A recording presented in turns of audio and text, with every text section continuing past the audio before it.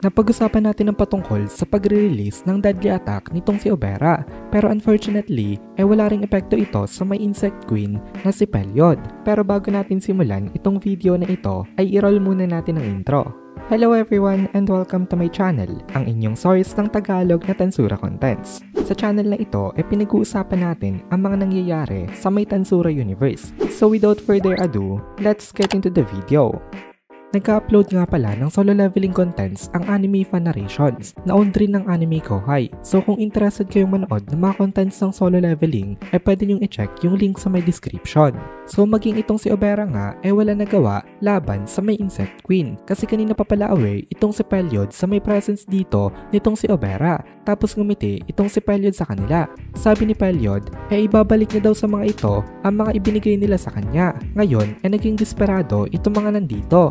Kasi ang announcement na ito nitong si Pelyod merong kasabay na meteorite shower na pabagsak sa kanilang lahat. Ini-divert nitong si Pelyod ang power nitong si Midley at ng mga iba pa na umatake sa kanya kanina. Ang 3 special techniques nitong mga ito inikalat ni Pelyod sa may battlefield. Napaka-devilish daw nitong action na ito kasi ang nagsuffer sa mga special attacks nitong sila Midley ang kanilang mga kakampi. Nagpanik itong si Midley nang dahil dito.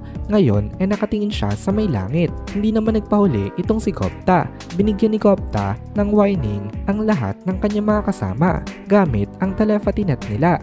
Sabi ni Gopta sa kanila mag-prepare daw ang lahat sa isang malakas na impact. Then itong si Obera naman inilabas ang kanyang espada at sumugod siya kay Pelyod directly. Ngayon aware na itong si Obera na hindi talaga sila makakagamit ng kahit na anong magic or emission techniques laban dito kasi kaya nga nitong i-redirect ang ganung mga klase ng atake. Kaya balak ni Obera na patayin itong si Pelyod gamit ang kanyang espada. Hindi kasi malayo ang mga combat abilities nitong sila Pelyod at Obera. Itong si Pelyod meron malaking advantage sa kanyang spatial domination. Pero yon kapag mid to long range lang ang kanilang laban.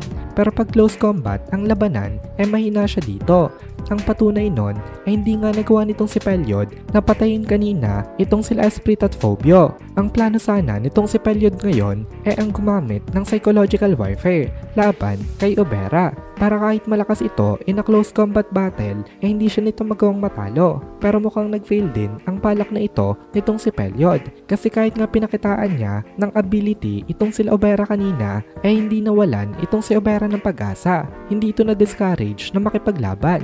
Itong si Obera kasi isa rin talagang fist fighter na marami ng combat experience against mga cryptids. Madami na siyang hinarap ng mga troublesome na mga kalaban. Kaya ngayon na may troublesome uli na opponent normal na lang ito para sa kanya. Pero ngayon mas lamang pa rin nga itong si Pelyod kasi nag-i-spread talaga ng death sa may battlefield itong Insector Queen na ito. At ang bawat namamatay sa may battlefield napupunta sa kanyang strength. Pati ang mga mamamatay nakakampi nitong sila Rimuru. Mapupunta rin kay Pelyod ang mga strength nila. Pero biglang nagtaka itong si Pelyod kasi ang dami niya nang na-spread na special attacks nitong sila Midley sa may battlefield. Pero hanggang ngayon ni isa wala pa siya nakokollect na strength na galing sa may side nitong sila Milim. Ito ay miscalculation sa may part nitong si Pelyod. Kasi ang battlefield pala na ito protected nitong sila Geld at ng kanyang mga tauhan. Kaya kahit napakaraming umuulan ng mga atake na galing nga sa langit hindi namamatay ang mga kakampi nila dahil itong sila Geld ang nagde-defend sa kanila laban sa mga atake na ito. Nagsalita itong si Geld sa kanyang mga kasama. Sabi ni Geld wag daw mag-give up itong mga ito kasi as long as sila daw ay nasa may battlefield wala daw mamamatay na ni isa sa kanilang mga kasama. Ang malakas at reliable na boses nitong si Geld na ito narinig ng buong battlefield. Kaya nag-respond itong mga kasama ni Geld na tama daw. Naiboost ang mga moral nitong mga ito dahil sa pinakitang katatagan nitong kanilang commander. Kaya kahit na nasira na ang mga armor at shields nila meron pa ring mga strength ang kanilang mga bodies para magsilbing pangsangga sa mga natatamo nilang damage. Pinoprotektahan nila ang kanilang mga kasama laban sa mga meteorite na nalalaglag nga galing sa may langit. Pero hindi lang ito ang dahilan kung bakit sila nakakasurvive.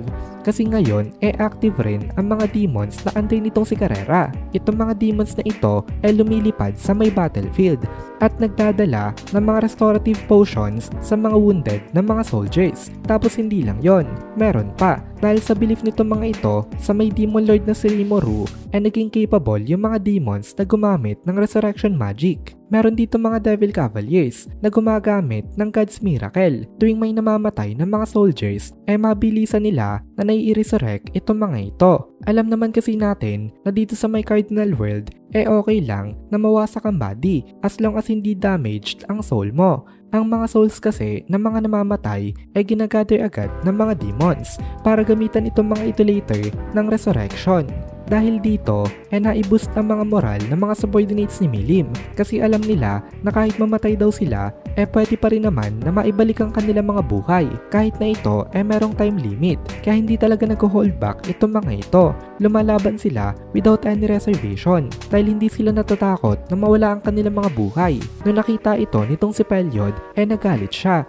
Itong kauna-unahang beses na nagalit itong si Pelyod kasi napakadaya daw ng ginagawa nitong mga ito na resurrection. Dahil nga kasi doon hindi ni Pelyod mai-absorb itong mga strength nitong mga namamatay dito. Then ang nag-explain kay Pelyod kung bakit possible ito walang iba kung hindi itong si Obera. Sabi ni Obera, supposed to be ay forbidden daw talaga itong technique na ito. Pero since marami na daw ang gumagamit, wala na rin daw sila nagawa patungkol dito. Kung baga, naging pwede na siya dahil mahirap pigilin ang lahat ng mga gustong gumamit. Maging si Obera nagulat dito nung una kasi hindi niya in-expect na magiging common ang resurrection sa mga binabantayan nilang creations. Kasi kung iisipin nga naman natin, nawala na ng kwenta ang death kung kaya mag-perform ng resurrection magic ng mga average na demons. Pero tandaan natin na hindi naman mga average demons ang mga under nitong si Carrera. Mga greater demons itong mga ito na may blessing ng master na sinusunod nila. Itong si Obera dati tigapagbantay para siguraduhin na walang gagamit ng mga forbidden magic. Pero ngayon, dahil kakampi naman niya ang mga gumagamit nito, hinayaan niya na lang rin sila para malesen daw ang kanilang casualty sa may battlefield. At dito na muna natin tatapusin itong video na ito. Kung nagugustuhan mo itong mga videos natin, ay please consider joining the membership para mapanood mo na agad ang mga kasunod na part dahil palaging advance ang ating mga members. Also, ay please consider leaving a like at mag-comment ka na din para ma-boost naman tayo ng algorithm.